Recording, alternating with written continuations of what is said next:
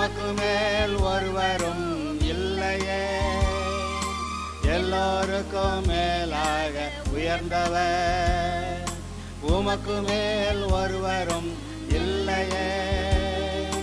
அல்லேலூயா, அல்லேலூயா, அல்லேலூயா, ஆமென். அல்லேலூயா, அல்லேலூயா, அல்லேலூயா, ஆமென். ஒருவரால் சிருஷ்டிக்கப்படாமலே தாமாக என்றென்றும் இருப்பவர். ஒருவரால் சிருஷ்டிக்கப்படாமலே தாமாக என்றென்றும் இருப்பவர். அல்லேலூயா, அல்லேலூயா, அல்லேலூயா, ஆமென். அல்லேலூயா. இன்று 1 தீமோத்தேயு என்ற புஸ்தகம், பைபிளில் 1 தீமோத்தேயு என்ற புஸ்தகத்திலிருந்து ஒரு சில வார்த்தைகளை உங்களோடு கூட பகிர்ந்து கொள்ள விரும்புகிறேன். அப்போஸ்தலனாகிய பவுல் தனக்கு சீஷனாயிருந்த தீமோத்தேயுவுக்கு அவன் ஊழியம் செய்கிற இடத்துல இருக்கக்கூடிய அந்த காரியங்களெல்லாம் சொல்லி, நீ எப்படி நடந்து கொள்ள வேண்டுமென்று ஒரு ஊழியக்காரனுக்கு சொல்லப்படும் ஆலோசனையாய் இந்த புஸ்தகம் அமைந்திருக்கிறதே. ஆதலால் இன்றைக்கு நாம் இதை வாசிக்கும்போது ஒரு விதத்தில் எல்லா விசுவாசிகளும் கர்த்தருடைய ஊழியக்காரர் தானே. அப்படியானால் கர்த்தருடைய ஊழியத்தை எப்படி செய்ய வேண்டுமென்று நாம் அறிந்து கொள்வதற்காக இந்த புஸ்தகத்தின் வசனங்களை நன்றாய் கவனிப்பது நம் ஒவ்வொருவருக்கும் பிரயோஜனமாக இருக்கும். அதில் முதல் அதிகாரம் முதல் சில வசனங்களை நான் உங்களுக்கு வாசிக்கிறேன். நம்முடைய இரட்சகராக இருக்கிற தேவனும் நம்முடைய நம்பிக்கையாக இருக்கிற கர்த்தராய் இயேசு கிறிஸ்துவும் கட்டளையிட்டபடியே இயேசு கிறிஸ்துவின் அப்போஸ்தலனாக இருக்கிற பவுல் ஏதோ கர்த்தருடைய அழைப்பு இல்லாமல் ஊழியத்துக்கு வந்துடல. என்ன சொல்கிறான்? இரட்சகராகிய தேவனும் நம்முடைய நம்பிக்கையாக இருக்கிற கர்த்தராய் இயேசு கிறிஸ்துவின் கட்டளையின்படியே இயேசு கிறிஸ்துவின் அப்போஸ்தலனாக இருக்கிற பவுல். அப்போ இவனை தேவன் அழைத்தார், அப்போஸ்தலனாக இருக்கும்படி அழைத்தார் என்று அவனே சொல்லுகிறான். விசுவாசத்தில் உத்தம குமாரனாகிய தீமோத்தேயுவுக்கு எழுதுகிறதாவது, பவுல் கல்யாணம் பண்ணாத ஆள், ஆனால் இந்த இடத்துல என்ன சொல்கிறான்? விசுவாசத்தில் எனக்கு உத்தம குமாரனாகிய தீமோத்தேயு. எனக்கு நாங்கள் இல்லை, நான் சேர்த்து வாசிக்கிறேன் விளங்கிறதுக்காக. விசுவாசத்தில் உத்தம குமாரனாகிய தீமோத்தேயுவுக்கு எழுதுகிறதாவது, அந்த தீமோத்தேயு ஒரு வாலிபனாக இருந்து ரட்சிக்கப்பட்ட காலத்திலிருந்து பவுலோட கூட சேர்ந்து கர்த்தருடைய ஊழியத்தை செஞ்சுக்கிட்டு இருந்த ஆள். இப்போ தூரத்தில் எங்கேயோ ஒரு இடத்துல ஊழியம் செய்கிறாரு. அங்கே தீமோத்தேயுக்கு அப்போஸ்தலனாகிய பவுல் கடிதம் எழுதுகிறாரு. எழுதும்போது எப்படி கூப்பிடுறாரு? விசுவாசத்தில் உத்தம குமாரனாக இருக்கிற தீமோத்தேயு. இந்த விசுவாச விஷயங்களில் கர்த்தராய் இயேசு கிறிஸ்துவை விசுவாசித்து தேவனுடைய பிள்ளையாக இருக்கிறது, எப்படி தேவனுடைய பிள்ளையாக பூமியில் வாழணும், எப்படி நம்ம போதிக்கணும் அப்படின்னு சொல்லி எல்லாவற்றையும் குறித்து அந்த காரியங்களில் அந்த தீமோத்தேயு உத்தமமான ஆளாம், உத்தம குமாரனாகிய தீமோத்தேயுவுக்கு எழுதுகிறதாவது, நம்முடைய பிதாவாகிய தேவனாலும் நம்முடைய கர்த்தராகிய கிறிஸ்து இயேசுவினாலும் கிருபையும் இரக்கமும் சமாதானம் உண்டாவதாக. அப்போஸ்தலனாகிய பவுல் இந்த வார்த்தைகளை ஒவ்வொரு சபைக்கும் எழுதும்போது இதை எழுதுவார். அதை அந்த கடித ஆரம்பத்திலே எழுதிடுவார். அதை ரொம்ப முக்கியமாக அவர் நினைக்கிறாரு. நம்ம ஊரில் இப்போல்லாம் இந்த லெட்டர் எழுதுகிற வழக்கமே இல்லாமல் போச்சு. எடுத்தவனை கூப்பிடு, செல்லடு, அம்மாக்கிட்ட பேசு, தாத்தாக்கிட்ட பேசு, முடிஞ்சு போகுது. லெட்டர் எழுதுகிற வேலையே கிடையாது. ஆனால் அந்த காலங்களில் லெட்டர் எழுதுவாங்க. பொதுவாக என்ன எழுதுவாங்க? நலமெரிய ஆவல் அப்படின்னு சொல்லி எழுதுவாங்க ஆரம்பத்தில். இங்கே பவுல் லெட்டர் ஆரம்பத்திலேயே ஒரு முக்கியமான கருத்தை சொல்கிறார். நம்முடைய பிதாவாகிய தேவனாலும் நம்முடைய கர்த்தராகிய இயேசு கிறிஸ்துவினாலும் ரெண்டே ரெண்டு பேர் தான் சொல்லியிருக்கு பார்த்தீங்களா. நம்முடைய பிதாவாகிய தேவனாலும் நம்முடைய கர்த்தராகிய கிறிஸ்து இயேசுவினாலும் கிருபையும் இரக்கமும் சமாதானமும் உண்டாவதாக. கிருபை சமாதானம் உண்டாவதாகன்னு பொதுவாக நிறைய இடத்துல எழுதியிருக்கும். இந்த இடத்துல கிருபையும் இரக்கமும் சமாதானமும். கிருபையும் இரக்கமும் ஏறக்குறைய ஒன்று தான். நம்ம பாவம் செஞ்சிட்ருக்கிறப்ப அந்த கிருபை இரக்கமாக வெளிப்படுது. அப்புறம் கர்த்தர்ட்ட ஒழுங்கான பிறகு கிருபை நம்ம தகுதி இல்லாமல் இருந்தால் கூட தேவையான ஆசீர்வாதத்தெல்லாம் கொண்டு வந்து அள்ளி கொட்டுறாரு, அப்படி வருது. அப்புறம் மனுஷனுடைய ரட்சிப்புக்காக தேவன் தம்முடைய குமாரனை அனுப்பினதும், இயேசு நமக்காக சிலுவைக்கு போன விஷயமும் அவர் நமக்கு பாராட்டின இரக்கமும் கிருபையும். அதனால் இது ஏறக்குறைய ரெண்டும் ஒன்றா வேலை செய்யும். அந்த ஆசரிப்பு கூடாரத்தில் மகா பரிசுத்த ஸ்தலத்தில் அங்கே கர்த்தருடைய பெட்டி இருந்தது. அந்த பெட்டிக்குள்ளே அந்த 10 கற்பனைகள் இருந்துச்சு. மண்ணா வைக்கப்பட்ட பாத்திரம் இருந்துச்சு. அப்புறம் ஆரோனுடைய துளிர்த்த கோல் அதுக்குள்ளே இருந்துச்சா, ஓகே. அதை என்ன போட்டு மூடியிருந்தாங்க? அதை கிருபாசனம் என்று நீங்கள் தமிழ் பைபிளில் வாசிக்கிறீங்க. இங்கிலீஷ் பைபிளில் வாசிக்கிறப்ப அதே மெர்சி சீட் அப்படி எழுதியிருக்கோம். கிருபாசனம், கிருபையின் ஆசனம். தேவன் கிருபையாக நம்மளை பொறுத்த வரைக்கும் கிருபையாக இருக்கிறாராம். அவர்கிட்ட நம்ம மேலே கோபம் ஆத்திரமெல்லாம் இல்லையா. அவர் நம்மை பொறுத்த வரைக்கும் கிருபையாக அவருடைய ஜீவனே நம்மை பொறுத்தவரை மற்ற எல்லா ஜீவராசியும் கூட எடுத்துக்கோங்க, எல்லாமே கிருபையாக அவர் நமக்கு நன்மை செய்கிறவராக இருக்கிறார். அவருக்கு ஒரே ஒரு எதிரி பிசாசு மட்டும்தான். அந்த தேவதூதர்களுக்கு உதவியாக கை கொடாமல் அவர் ஆபிரகாமின் சந்ததிக்கு உதவியாக கை கொடுத்தாருன்னு எழுதியிருக்கு பார்த்தீங்களா. அப்போ அந்த பிசாசுக்கு அவர் உதவி செய்யலை. நான் மனம் திரும்பிடுறேன், என்னை ரட்சிக்கணும்னு பிசாசு கேட்கவும் மாட்டான். அப்படி கேட்டாலும் ஒன்று கிடையாது. ஏன்னா அவன் செஞ்ச துரோகம் அப்படி. மன்னிக்கப்பட முடியாத குற்றங்களில் ஒன்று தேடினீங்கன்னா அது சாத்தான் செஞ்சது. அவனை மற்ற எல்லா தூதர்களை காட்டிலும் ரொம்ப மேன்மைப்படுத்தி அவனுக்கு இந்த மாதிரி அலங்காரமெல்லாம் கொடுத்து அந்த முத்திரை மோதிரமெல்லாம் கர்த்தர் அவன் கையில் கொடுத்து சில காரியங்களை முக்கியமாக விசாரிக்கிறதுக்கு அதிகாரம் கொடுத்து வச்சுருந்துருக்கிறாரு. தேவனுக்கு பக்கத்தில் இருக்கக்கூடிய ஆளாக அவன் சிருஷ்டிக்கப்பட்ட நாளில் மேலே வாத்தியமெல்லாம் ரெடியாக இருந்துச்சான். அக்கினிமயமான கற்களின் நடுவே உலாவுனவனா, ஏதேன் தோட்டத்தில் இருந்தவனா, இப்படியெல்லாம் அங்கே அவனை பற்றி சொல்லியிருக்கும்போது அவ்வளவு க்ளோஸாக இருந்த ஆள் இவரை தள்ளி விட்டு நான் கடவுள் ஆகணும்னு நினச்சான் பார்த்தீங்களா. அது துரோகம். அதுக்கு இடமில்லைன்னு சொல்லிட்டார். அவனுக்கு திரும்ப அவன் மன்னிப்பு கேட்குறவனும் இல்லை, அப்படியே மன்னிக்கணும்னு சொல்லி கேட்டாக்க ஒரு உடனே கொடுக்குறவரும் இல்லை. ஏன்னா அவன் உண்மையான இருதயத்தில் மனம் திரும்புதல் அவன்கிட்ட இருக்காது. அதனால தான் அவர் பார்க்குறாரு. மனுஷர் கூட சில சமயத்தில் உண்மையான மனம் திரும்புதல் கிடைக்காம அழியிறாங்க பார்த்தீங்களா. அவங்களால மனம் திரும்ப முடியலை, அதனால் ரட்சிக்கப்படாமே போய் தொலைகிறாங்க. அது மாதிரி இந்த பிசாசு அவனுடைய மனதில் தேவனுக்கு விரோதியாக தான் இருக்கிறானே ஒழிய அவன் அடங்கணும், கீழ்ப்படியணும், மனம் திரும்பணும், ஆண்டவர் இறக்கப்பட்டு எனக்கு விட்டாக்க நான் இனிமேல் ஒழுங்காக இருப்பேன் அப்படி சொல்கிற மனநிலை அவன்கிட்ட இல்லை. என்னத்தையே ஆரம்பித்து இப்போ என்னத்தையே பேச போகிறேன்னு நினைக்கிறேன். அப்படி அவன் மன்னிக்கப்பட முடியாத ஆளுன்னு சொல்கிறமே, ஏன்னா அதை ஏன் அப்படி சொல்கிறோங்கிறதுக்கு ஒரு காரணம் சொல்லிடுறேன். அவன் அந்த லூசிஃபர் பாவம் செஞ்சு அதுக்கு பிறகு எவ்வளோ நாள் கழித்து கர்த்தர் ஆதாமை உண்டாக்குனார் நமக்கு தெரியாது. ஆனால் ஆதாமை உண்டாக்குன நாள்லையே அவன் போய் ஆதாம்கிட்ட வேலை பார்த்து ஆதாமை மீறுதலுக்கு உட்பட பண்ணி தேவனுக்கு விரோதமாக இவனை தன் கட்சியில் சேர்த்துக்கிட்டு அது மட்டும் இல்லை, தன்னோட கூட வந்த அந்த ஆதாமை கொன்று,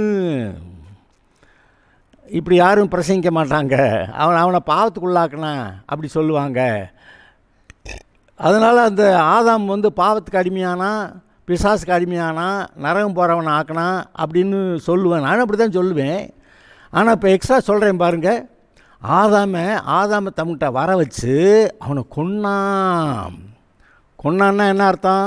ஆவிக்குரிய மரணம் வந்தது, பின்னாடி சரீர மரணம் வருது, கடைசியில் நரகம் வருது. இந்த பிசாசுக்கிட்ட இரக்கம்னு மட்டும் எங்கேயுமே என்னமே பார்க்க முடியாது.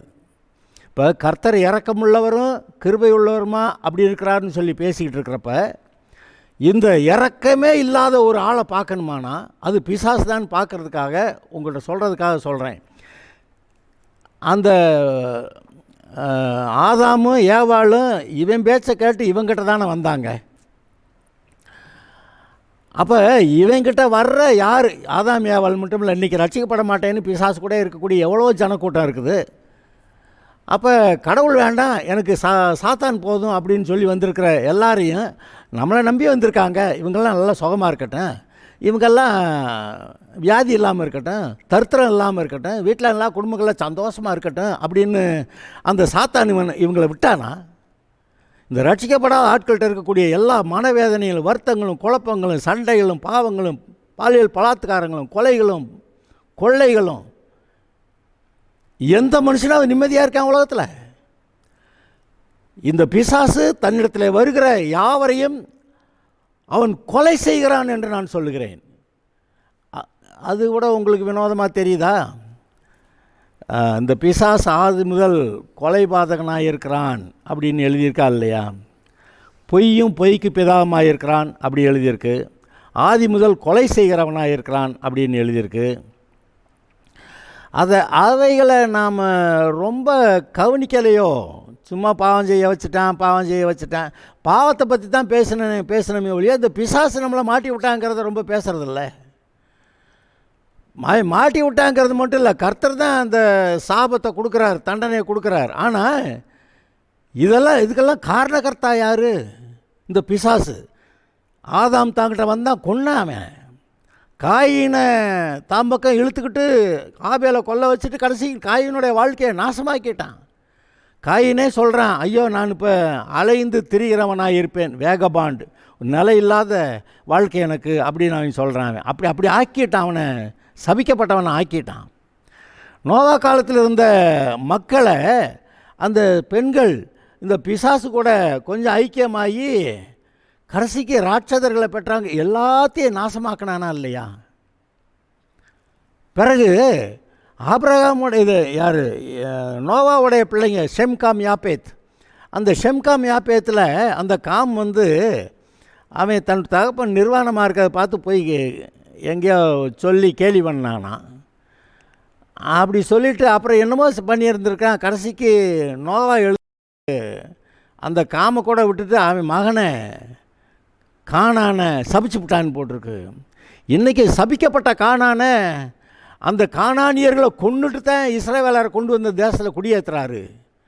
அப்போ இந்த பிசாசு இந்த கானானோட சேர்ந்துக்கிட்டு காமோட சேர்ந்துக்கிட்டு அவன் பிள்ளையாகிய கானானோட இருந்துக்கிட்டு சபிக்கப்பட்ட சந்ததியாக இருந்து கடைசியில் கர்த்தர் வந்து அவங்களை அழிச்சிட்டு தான் அந்த தேசத்தை அவங்க கொடுக்க வேண்டி வந்துச்சுன்னா, அப்போ அவர்கள் எவ்வளவு பிசாசு அவர்கள் எல்லாம் கொண்டுட்டான், அந்த ஜாதியாக கொள்கிறான். பிறகு அதுக்கப்புறம் ஆபிரகாம் ஈசாக்கெல்லாம் பார்க்குறீங்க. ஆபிரகாம் ஓகே, ஈசாக்கு ரைட்டு. ஆனால் இஸ்மவேலாக பிறந்ததுனால அவன் பாவமா? கிடையாது. அது சாரால் தான் ஆகாரை கூப்பிட்டு வச்சு அவளோட சேர்ந்து நீ எனக்கு பிள்ளையை பெற்று கொடுன்னு அவள் கேட்டா. சரி, அதில் எல்லாம் குழப்பம் இல்லை. அது ஒருவேளை ஆபிரகாம் கொஞ்சம் அவசரப்பட்டானோ, கர்த்தர் கொடுக்கறதுக்கு முன்னாடி நம்ம மனைவி பேச்சை கேட்டு செஞ்சானோன்னு சொல்லலாம், ஓகே. ஆனால் இப்போ ஆகார் என்ன பாவம் செஞ்சா? ஆபிரகாமும் சாராலும் சேர்ந்து கேட்டதுனால ஆபிரகாமுக்கு பிள்ளை பெற்று கொடுத்தா. சரி, அவன் இஸ்மவேல் பிறக்கிறான். இஸ்மவேல் வந்து இஸ்மவேலாக பிறந்தது கொடுமையாக? பிறந்தது பாவமா? இல்லை. ஆனால் தீர்க்க தரிசனத்தில் எழுதியிருக்கு இவன் கர்த்தருடைய ஜனங்களுக்கு விரோதமாக குடியிருப்பான்னு. தீர்க்க தரிசனம் அது. ஆனால் ஆதாமா அது இஸ்மவேலை பிறந்தது பாவங்களா? இப்போ நான் கேட்குறேன், யாராவது சிலர் முறையில்லாத விதத்தில் இந்த பூமியில் பிறந்துட்டாங்கன்னு வச்சுக்கிடுவான், அப்போ அவங்க பாவமா? இல்லைங்க, அவங்க பாவம் செய்யலை. ஆனால் அவங்களுடைய வளர்ப்பில் பாவம் அவங்க பாவத்துக்கு இடம் கொடுத்தாங்கன்னா அது வேறு. அதுதான் இஸ்மவேல் விஷயத்தில் நடந்தது. அந்த இஸ்மவேல் அந்த ஆபிரகாமுக்கு அந்த ஈசாக்குக்கு விரோதமாக அங்கே குடியிருந்தான்னு இருக்குது.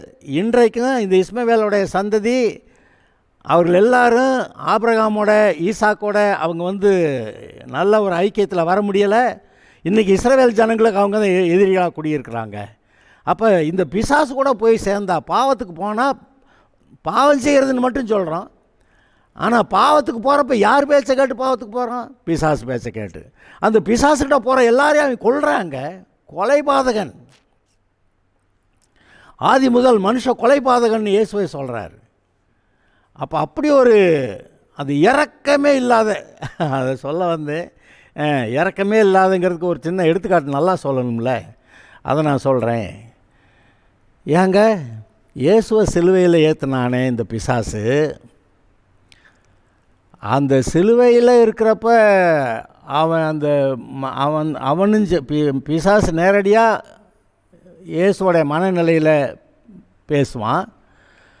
கூட இருக்க ஜனங்களையும் ஏவி விட்டு அவன் எவ்வளவெல்லாம் பேச சொன்னான், இறங்கி வா நாங்கள் நம்புகிறோம் அப்படின்னு. அநேகரை ரட்சித்தான், தன்னைத்தானே ரட்சித்து கொள்ள திராணி இல்லைன்னு அப்படியெல்லாம் பேசிட்டு சிலுவையில் அறையும் போது, அதாவது அவருடைய முக ரூபம் இவ்வளவு அந்த கேடு அடைந்தபடியால்னு எழுதியிருக்கே. முகம் அந்த கேடு அடைந்தபடியால்னா அப்போ முகத்திலே குத்தி குத்தி குத்தி இயேசு முகத்தில் குத்தி குத்தி பஞ்சராக்கி அவருடைய முகரூபம் அவர் தானா அப்படின்னு கண்டுபிடிக்க முடியாத அளவுக்கு ஆக்கி அப்படி சிலுவையில் தொங்க விட்டானே பிசாசு. அந்த 6ஆம் மணி வேளை முதல் 9ஆம் மணி வேளை வரைக்கும் அந்தகாரம் சூழ்ந்ததுன்னு போட்டிருக்காங்க. இந்த உலகத்திலிருந்து எல்லா பிசாசும் அங்கே வந்துருச்சு, கல்வாரி மலைக்கு வந்துருச்சு. அங்கே போட்டு ஒவ்வொரு பிசாசும் இந்த லேகியோன் இருந்த மாதிரி ஒவ்வொரு பிசாசும் இயேசு எந்த மாதிரி வேதனைப்படுத்துச்சுன்னு நமக்கு சொல்லலை, ஆனால் படுத்திருக்குமா இல்லையா? அப்போ இந்த பிசாசு இயேசுவை சிலுவையில் ஏற்றிட்டு ஏங்க கொஞ்சமாவது இறக்கப்பட்டானா? தான் கூட இருக்க பிசாசுகள் இருக்குமே, அந்த பிசாசுகளோட்டு அவன் இறக்கம் வச்சுருக்கானா? ஏன்னா அவன் சொல்லிட்டான் கடைசிக்கு நானும் இப்போ நரகம் போவேன், நீங்கள் வந்துருங்கன்ட்டான். அவனோட மீதி என்ன நான் போகிற நரகத்துக்கு மீதி ஜனங்களெல்லாம் ஆதாமுடைய சந்ததி எல்லாத்தையும் கூட்டி போகணும், அதனால் வா எல்லாரையும் பாவம் செய்ய வை, போய் நரகத்துக்கு கொண்டு தள்ளிடலாம் அப்படி. கொலைபாதகன், அவன்கிட்ட இறக்கமே நீங்கள் பார்க்க முடியாதுங்க. அதான் சில சமயத்தில் சொல்லுவாங்க, என்கிட்ட பிசாசுக்கிட்ட போய் இறக்கம் தேடுறீங்க அப்படின்னு சொல்லுவாங்க.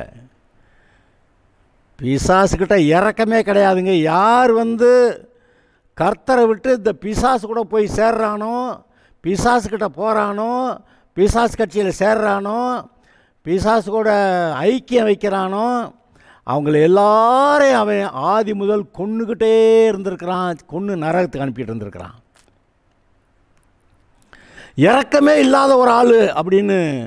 இங்கே மனுஷர் யாராவது இறக்கமே இல்லாதவங்க அப்படின்னு சொன்னால் அந்த பிசாசோடைய குணம் அவங்கள்ட்ட அவ்வளோ கிர்ன்னு ஏறி இருக்குதுன்னு அர்த்தம். ஆனால் கான்ட்ராஸ்ட்டு, நம்முடைய பிதாவாகிய தேவனாலும் நம்முடைய கர்த்தராகிய கிறிஸ்து இயேசுவினாலும் கிருபையும் இரக்கமும் சமாதானம் உண்டாவதாக. இன்னும் இப்போ தான் சொன்னேன், ஒவ்வொரு புஸ்தகம் ஆரம்பத்துலேயும் தெசலோனிக்கேயருக்கு எழுதினாலும் சரி, அவங்க கொலோசையருக்கு எழுதினாலும் சரி, பிலிப்பியருக்கு எழுதினாலும் சரி, எபேசியருக்கு எழுதினாலும் சரி, உங்களுக்கு கிருபையும் சமாதானம் உண்டாவதாக அப்படின்னு பவுல் எழுதுவான். இந்த இடத்துல விசேஷமாக கிருபையும் இரக்கமும் சமாதானம் உண்டாவதாகன்னு எழுதியிருக்கிறது.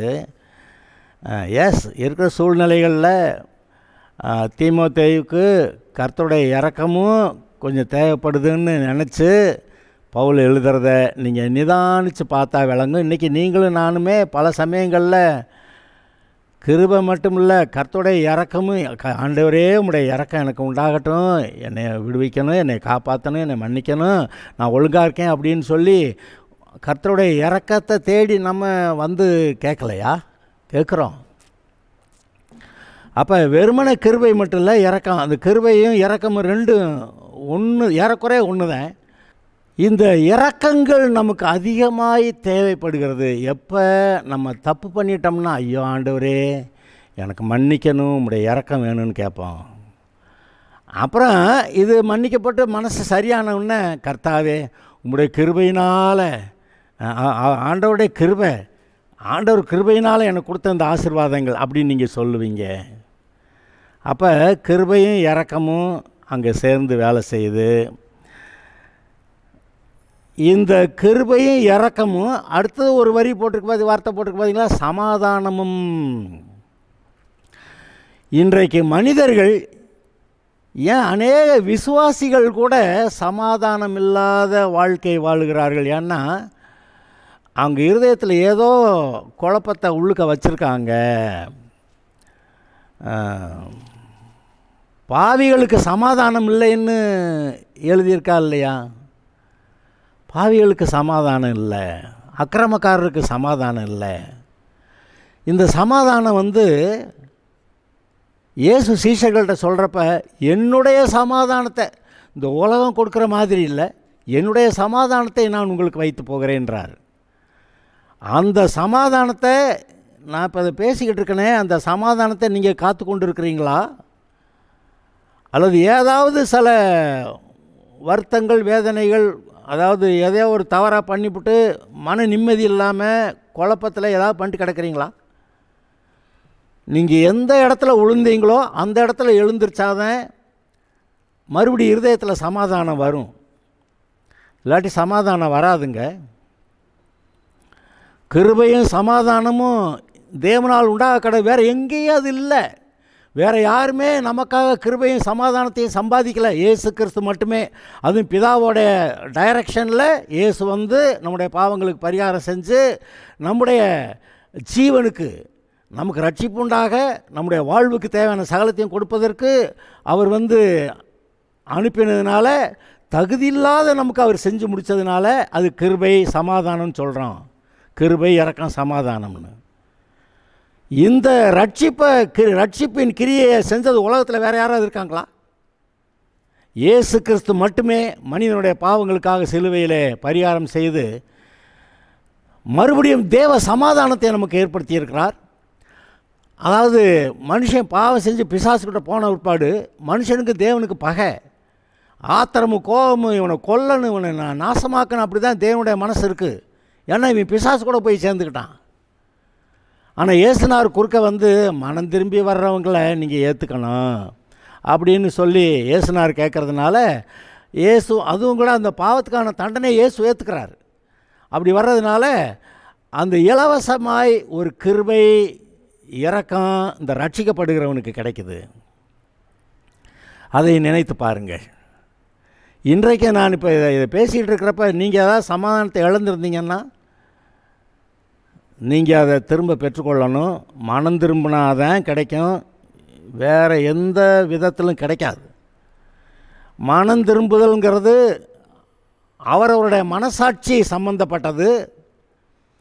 அந்த மனசாட்சிக்குள்ளே வேறு எந்த மனுஷனும் பூந்து என்னமும் வேலை செய்ய முடியாது. பிசாசு வேந்தால் இந்த மனசாட்சியை இன்னும் கொஞ்சம் கெடுக்கலாம்.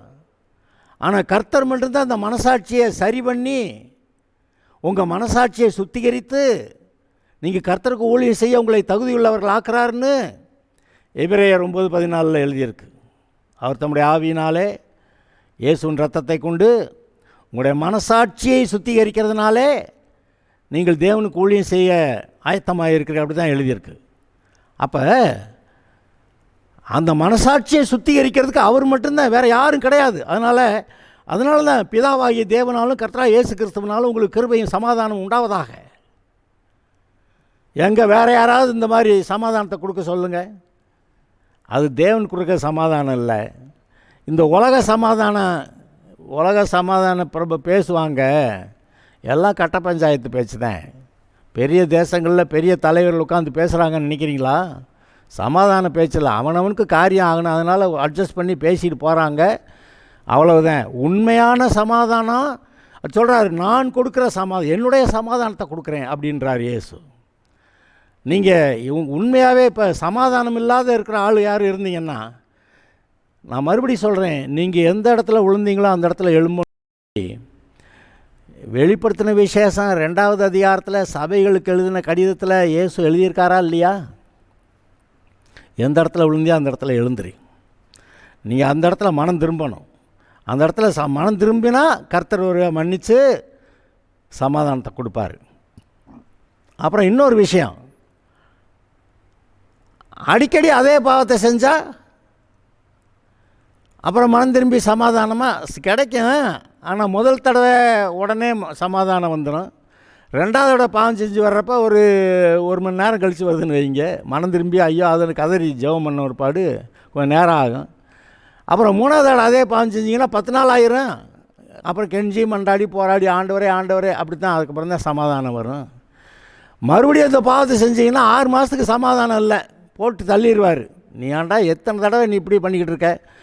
அதாவது இப்படி செஞ்சவங்களுக்கு தெரியும், அதே பாவத்தை திரும்ப திரும்ப செஞ்சவங்களுக்கு அப்புறம் ரொம்ப நாளைக்கு மனம் திரும்புதல் இல்லை, ரட்சிப்பு இல்லை, ரொம்ப மன்றாடி உபவாசம் பண்ணி ஜெபம் பண்ணி அப்புறம் மன்னிப்பை பெற்று அந்த சமாதானத்தை பெறுவாங்க. ஆனால் மறுபடியும் ஒரு நாள் பாவம் செஞ்சால் ஏறக்குறைய சமாதானத்தை திரும்ப பெறுறது கஷ்டம். சமாதானம் இல்லாமல் தேவனுக்கு பிரியமாக வாழ முடியாது. சமாதானம் இல்லைன்னா பக்கத்தில் இருக்க எல்லோரும் கூட சண்டை தானே போடுவோம், நல்லாவா வாழ்ந்துருவோம். அப்படி வாழ முடியாதே. அதனால் பாருங்கள், இங்கே தீமோத்தேயுவுக்கு பவுல் எழுதும்போது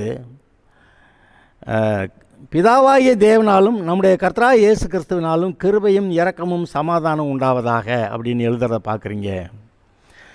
இன்றைக்கு இந்த நாளிலே நீங்கள் இதை கேட்டு உங்களுக்கு சமாதானம் இயேசு கிறிஸ்து மூலமாக வருதுன்னா நீங்கள் மற்றவங்ககிட்ட இதை தான் சொல்லணும். சொல்லுங்க, நீங்கள் சமாதானமாக இருக்கணும், மனம் திரும்பி இருக்கணும், சமாதானமாக இருக்கணும். அப்போ அது மூலமாக மற்றவங்ககிட்ட நீங்கள் தேவனோட கூட ஒப்புரவாகுதல், சமாதானத்தை பெற்றுக்கொள்வது, நல்ல தேவனுடைய பிள்ளையாக வாழ்கிறத பற்றி நீங்கள் பேசணும். சுவிசேஷத்தை அறிவிக்க வேண்டும். சுவிசேஷத்தை அறிவிக்கிறவனா தீமோத்தேயு இருந்தான், அவனுக்கு குழப்பம் வந்த ஒருபாடு அப்போ அவனுக்காகவும் கர்த்தர் இங்கே பேசிக்கிட்டு இருக்கிறாரு. இன்றைக்கு உங்களோடு கூட நான் பேசுகிறேன். உங்களுடைய இருதயத்தை ஒழுங்குபடுத்துங்கள், எல்லா காவலோடும் உங்களுடைய இருதயத்தை காத்துக்கொள்ளுங்கள், தேவனுக்கு பிரியமாக வாழுங்கள். அப்பொழுது தேவ சமாதானம் உங்களுடைய இருதயங்களை ஆட்கொள்ளும். இவருக்கு பேர் சமாதானத்தின் தேவன்னு. மனுஷரோட கூட சமாதானம் பண்ணுகிற தேவன் இவர். அதனால் அதை நினைத்து பாருங்கள், ஆண்டவரை பற்றி கொள்ளுங்கள், ஆண்டவரோடையே கூட சேர்ந்து வாழுங்கள். அது உங்களுக்கு மிகுந்த ஆசீர்வாதமாக இருக்கும். Okay, God bless you. இது போன்ற செய்திகளை கேட்க, உண்மையாகவே வானத்தையும் பூமியும் படைத்த தேவனை ஆராதிக்க, அவருடைய போதனைகளை கேட்க, இந்த குட் நியூஸ் பைபிள் சர்ச் திண்டுக்கல்லில் பஸ் ஸ்டாண்ட்லேருந்து நடந்து வரக்கூடிய தூரத்தில், சென்னை சில்க்கு அடுத்தபடி தெய்வ சிகாமணிபுரம் ரோட்டில் ஒரு 100 மீட்டர் தூரத்தில் இருக்குது. இந்த குட் நியூஸ் பைபிள் சர்ச்சு ஞாயிறு ஆராதனை காலை 8 மணிக்கு, வியாழக்கிழமை மாலை 6:30 மணிக்கு பைபிள் ஸ்டடி இருக்கிறது. சனிக்கிழமை காலை 10 மணிக்கு உபவாச ஜெபம் இருக்கிறது. இந்த கூட்டங்களிலே நீங்கள் கலந்து கொண்டு தேவனை அறிகிற அறிவிலே வளர்ந்து உங்களுடைய வாழ்க்கையிலே சரியான தீர்மானங்களை எடுத்து நன்றாக வாழ, தேவனுடைய பரிபூர்ண ஆசீர்வாதங்களை சுதந்திரித்து கொண்டு வாழ, நீங்களும் சரி, உங்களுடைய குடும்பத்தார் யாவரும், உங்களுடைய பெற்றோர், உங்களுடைய பிள்ளைகள் எல்லாரும் நன்றாய் வாழ்ந்திருக்க இந்த ஆலய ஆராதனையில் நீங்கள் கலந்து கொள்ள வேண்டுமென்று உங்களை அன்போடு அழைக்கிறேன். நீங்கள் வாருங்கள். எங்கே சொன்னேன்? திண்டுக்கல் பஸ் ஸ்டாண்ட்லேருந்து நடந்து வர தூரத்தில் சென்னை சில்க்கு அடுத்தபடி இருக்கக்கூடிய அந்த தெய்வ சிகாமணிபுரம் ரோட்டில் 100 மீட்டர் தூரத்தில் குட் நியூஸ் பைபிள் சர்ச் இருக்கிறது. ஞாயிறு ஆராதனை காலை 8 மணிக்கு, வியாழக்கிழமை மாலை 6:30 மணிக்கு பைபிள் ஸ்டடி, சனிக்கிழமை காலை 10 மணிக்கு உபவாச ஜெபம். நீங்கள் வந்து பங்கு பெறுங்கள். கர்த்தர் உங்களை ஆசீர்வதிப்பாராக.